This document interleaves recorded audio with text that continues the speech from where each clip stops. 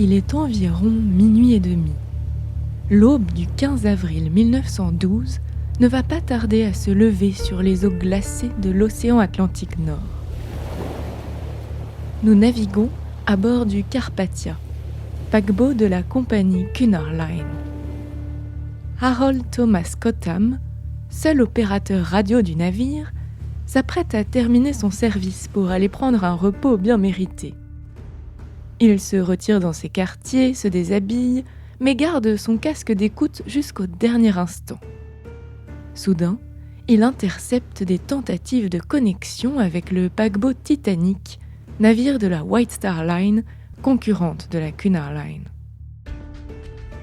Il tourne le bouton d'accord de son récepteur et tombe sur la fréquence commerciale de ce monstre des mers qui, tout le monde le sait, effectue sa première traversée. La fréquence est particulièrement calme, étrange.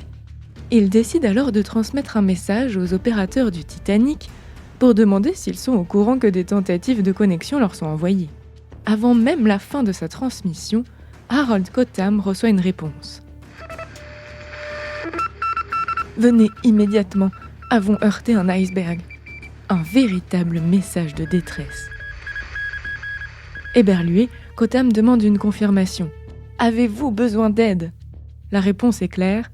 « Venez immédiatement. » Aussitôt, Harold Cotham se précipite dans les quartiers du capitaine Arthur Henry Rostron. Comme à son habitude, Rostron ne dort que d'un œil et ne perd pas une seconde pour réagir. 50 miles séparent les deux navires et le Carpathia n'est pas réputé pour sa rapidité. Tant pis. Avant même de s'habiller, il ordonne à son équipage de couper toutes les énergies d'eau chaude des cabines pour concentrer la vapeur des chaudières vers les deux moteurs.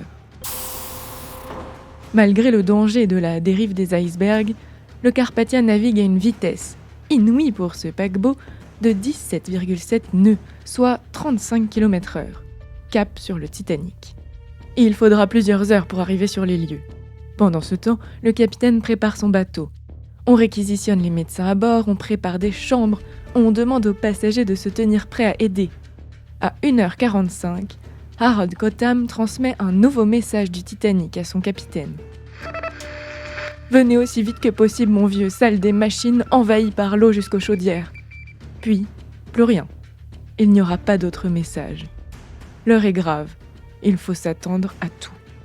Malgré son expérience et son sang-froid, lorsque le capitaine Rostron arrive sur les lieux du drame à bord du Carpathia, le tableau sinistre qui se déploie devant ses yeux le pétrifie d'horreur. Des canots de sauvetage débordant de malheureux. Autour, des corps sans vie flottant dans leurs gilets. Des débris partout. Et plus une trace du Titanic.